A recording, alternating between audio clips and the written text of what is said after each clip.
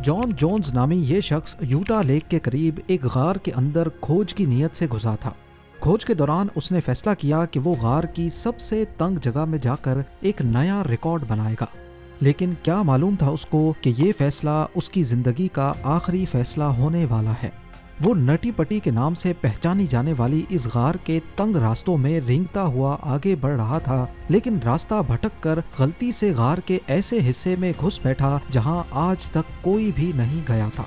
कब्र जितनी तंग जगह जिसमें हाथ हिलाना तो दूर की बात, सांस लेना भी मुश्किल था, और बदकिस्मती से इसी कंडीशन में जॉन उल्टा फंस गया।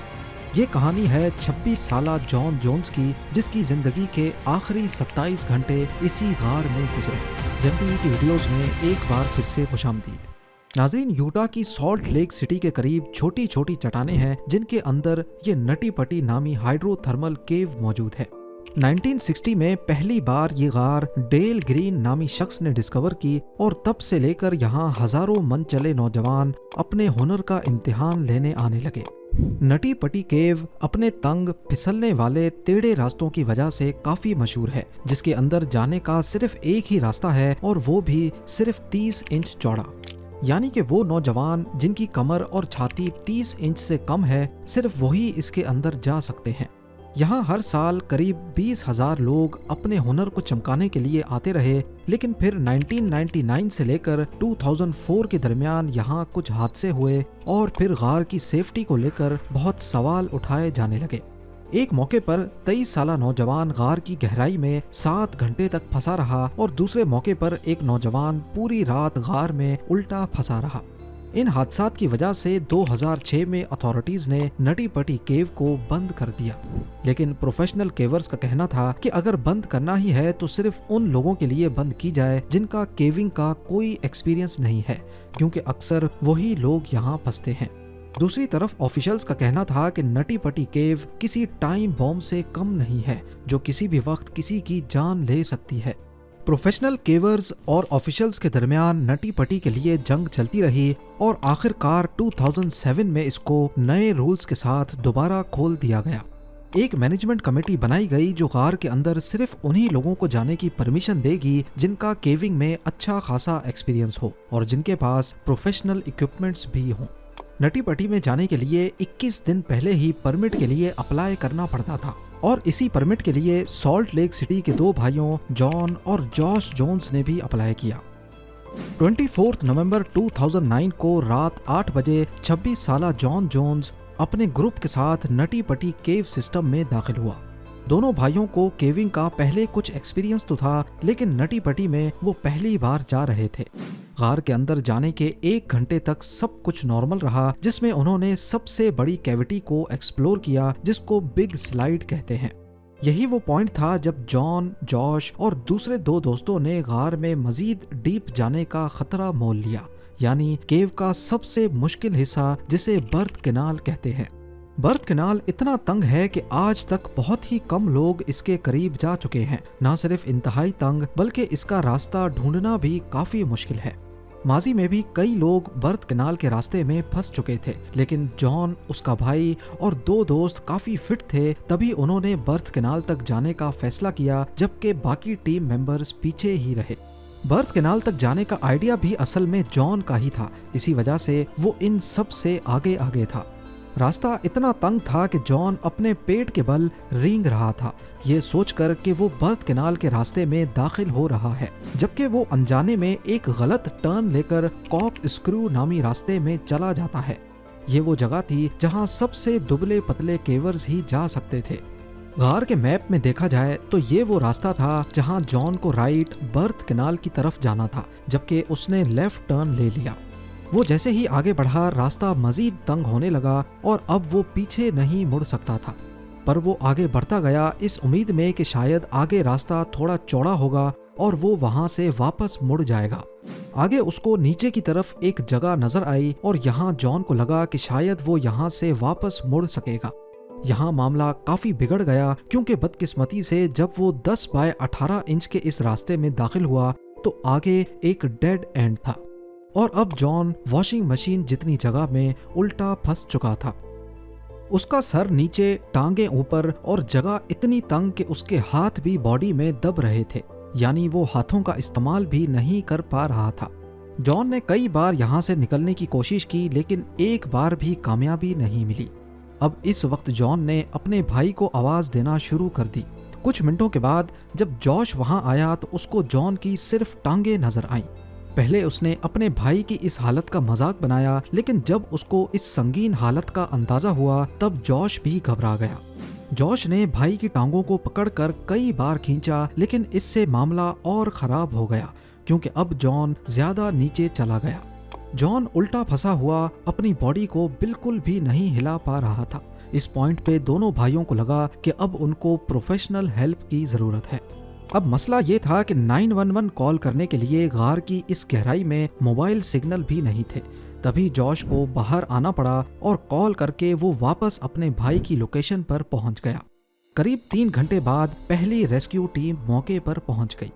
ये सूजी मोटोला थी जिन्होंने 2 घंटे तक जॉन को बाहर निकालने की कोशिश की, लेकिन जॉन उनकी उम्मीद से ज्यादा बुरी तरह फंसा हुआ था। जगह इतनी तंग थी कि सूजी ने जॉन की जीन्स भी काटी ताकि 1-1/2 सेंटीमीटर और ज्यादा जगह मिल सके, लेकिन इससे भी काम नहीं बना। आखिरकार सूजी भी एग्जॉस्ट होकर वापस बाहर आ गई। बाहर जॉन की बीवी, उसकी बेटी और रेस्क्यू टीम के 30 लोग और भी पहुंच चुके थे। वो सारे जॉन को बाहर निकालने के मुख्तलिफ तरीकों पे गौर कर रहे थे, जिनमें एक तरीका उसकी टांगें काटने का भी था। लेकिन आखिरकार उन सब ने रस्सियों और पुली सिस्टम के इस्तेमाल पर इत्तफाक किया, जिसको जॉन की टांगों पर बांधकर खींचा जाएगा। पर मसला ये था कि मुख्तलिफ पुलीज को गार के पत्थरों में ऐसे ड्रिल करके लगाना है ताकि रस्सियां पत्थर से ना टकराएं और सारा लोड पुली पर पड़े। पुली को गार के पत्थरों में ड्रिल करके फिक्स किया जाने लगा, जिसमें खतरा था कि पत्थर टूटकर रास्ता बंद भी कर सकते हैं, लेकिन फिलहाल इसके अलावा और कोई ऑप्शन नहीं था।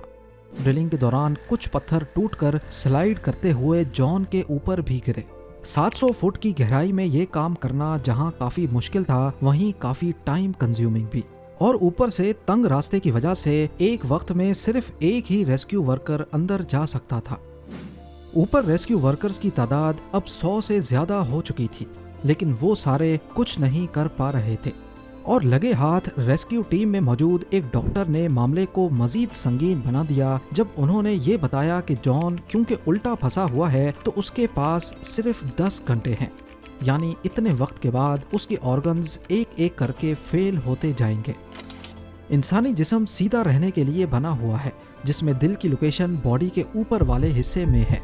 हार्ट पंप करके पूरी बॉडी को खून सप्लाई करता है और तकरीबन 80% खून नीचे वाले हिस्सों को सप्लाई होता है, जहां ग्रेविटी की मदद से सप्लाई आसानी से पहुंच जाती है। लेकिन क्योंकि अब जॉन उल्टा है तो उसके हार्ट को ज्यादा जोर लगाकर 80% बॉडी तक खून ऊपर की तरफ पंप करना होगा, जिसमें हार्ट को ओवर टाइम काम करना पड़ेगा। डॉक्टर का कहना था कि इससे जॉन को किसी भी वक्त हार्ट अटैक आ सकता है। ये जानने के बाद रेस्क्यू वर्कर्स ने जॉन को कम से कम सीधा करने के लिए कोशिश और तेज कर दी। घंटों इंतजार के बाद पुलिस इंस्टॉल हुई और जॉन को टांगों से पकड़कर खींचा गया, लेकिन जल्द ही वो नए मसलों में फंस गए। जैसा कि जॉन की टांगें ऐसी पोजीशन में थीं कि वो बेंड नहीं हो पा रही थीं, और जब वो टांगों को खींचते तो पैर गार की छत से टकरा जाते। खैर, बड़ी मुश्किल से उन्होंने जॉन को इस गड्ढे से काफी बाहर निकाल लिया, लेकिन आखिरी वक्त में एक पुली गार की दीवार से निकल गई और अब जॉन वापस वहीं फंस गया जहां वो पहले था। जॉन अब काफी पैनिक हो रहा था। तभी 2-वे कम्युनिकेशन सिस्टम अंदर भेजा गया ताकि वो अपनी बीवी से बात करके थोड़ा रिलैक्स हो सके। ये तरीका काम कर गया और जॉन काफी हद तक बेहतर हो गया। आखिरकार 19 घंटों के बाद जॉन को दोबारा से खींचने की तैयारियां मुकम्मल हो चुकी थीं। ये काम बहुत संभल कर करना था क्योंकि हर एक खिंचाव पर जॉन की टांगों पर बहुत प्रेशर पड़ रहा था। बड़ी मुश्किल से इस बार उसको काफी हद तक बाहर निकाल लिया गया, इतना बाहर कि अब उसका फेस रेस्क्यू वर्कर देख सकता था। उस रेस्क्यू वर्कर ने बाद में बताया कि जॉन की आंखें लाल थीं और उसके फेस पर खुशी के लम्हात थे। पिछले 19 घंटों में पहली बार जॉन उस तंग रास्ते नुमा गड्ढे से बाहर देख पा रहा था। अब सिर्फ एक आखिरी पुल की जरूरत थी और जॉन पूरी तरह उस घड़े से बाहर आ जाता। लेकिन तभी अचानक एक झटके से दोबारा पुली फेल हो गई और जॉन वापस से उसी जगह में जाकर फंस गया जहां वो पिछले करीब 20 घंटों से फंसा था। जॉन जोन्स को बचाने के आखिरी अटेम्प्ट में उसके गिर्द पत्थरों को ड्रिल करके तोड़ने की कोशिश की गई, लेकिन शायद अब बहुत देर हो चुकी थी। जॉन ने हिलना जुलना बंद कर दिया और वो किसी बात का जवाब भी नहीं दे रहा था। उसकी बीवी ने भी रेडियो पर जॉन को होश मिलाने की कोशिश की, लेकिन कोई फायदा नहीं हुआ। इस पॉइंट पर एक बहादुर पैरामेडिक को जॉन की पल्स लेने के लिए नीचे भेजा गया। जिस बात का सबको शक था वही हुआ। जॉन जोन्स को 25 नवंबर 2009 रात को 11:50 पर मुर्दा करार दे दिया गया।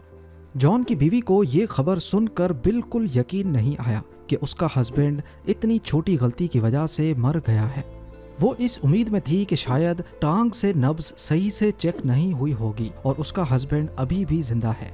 लेकिन जो हकीकत थी वो सबके सामने थी। पर जिस चीज की डॉक्टर्स ने सिर्फ 10 घंटे के बाद उम्मीद की थी, जॉन की अच्छी हेल्थ की वजह से वो मजीद 17 घंटे तक जिंदा रह पाया। जॉन की डेड बॉडी को बाहर निकालने के कई प्लान्स बनाए गए, जिसमें बॉडी को 2 हिस्सों में निकालने का आइडिया भी सामने आया। लेकिन आखिरकार ये फैसला किया गया कि बॉडी को वहीं छोड़कर पूरी नटी पटी केव को हमेशा हमेशा के लिए बंद करके जॉन की कब्र डिक्लेयर कर दिया जाए। आज भी जॉन जोन्स की डेड बॉडी नटी पटी गार के अंदर उसी पोजीशन में मौजूद केव एक्सप्लोरेशन के खतरात की याद दिलाने का काम कर रही है और गार के बाहर उसकी याद में लगाई गई एक तख्ती भी मौजूद है। उम्मीद है जेम टीवी की ये वीडियो भी आप लोग भरपूर लाइक और शेयर करेंगे। आप लोगों के प्यार भरे कमेंट्स का बेहद शुक्रिया। मिलते हैं अगली शानदार वीडियो में।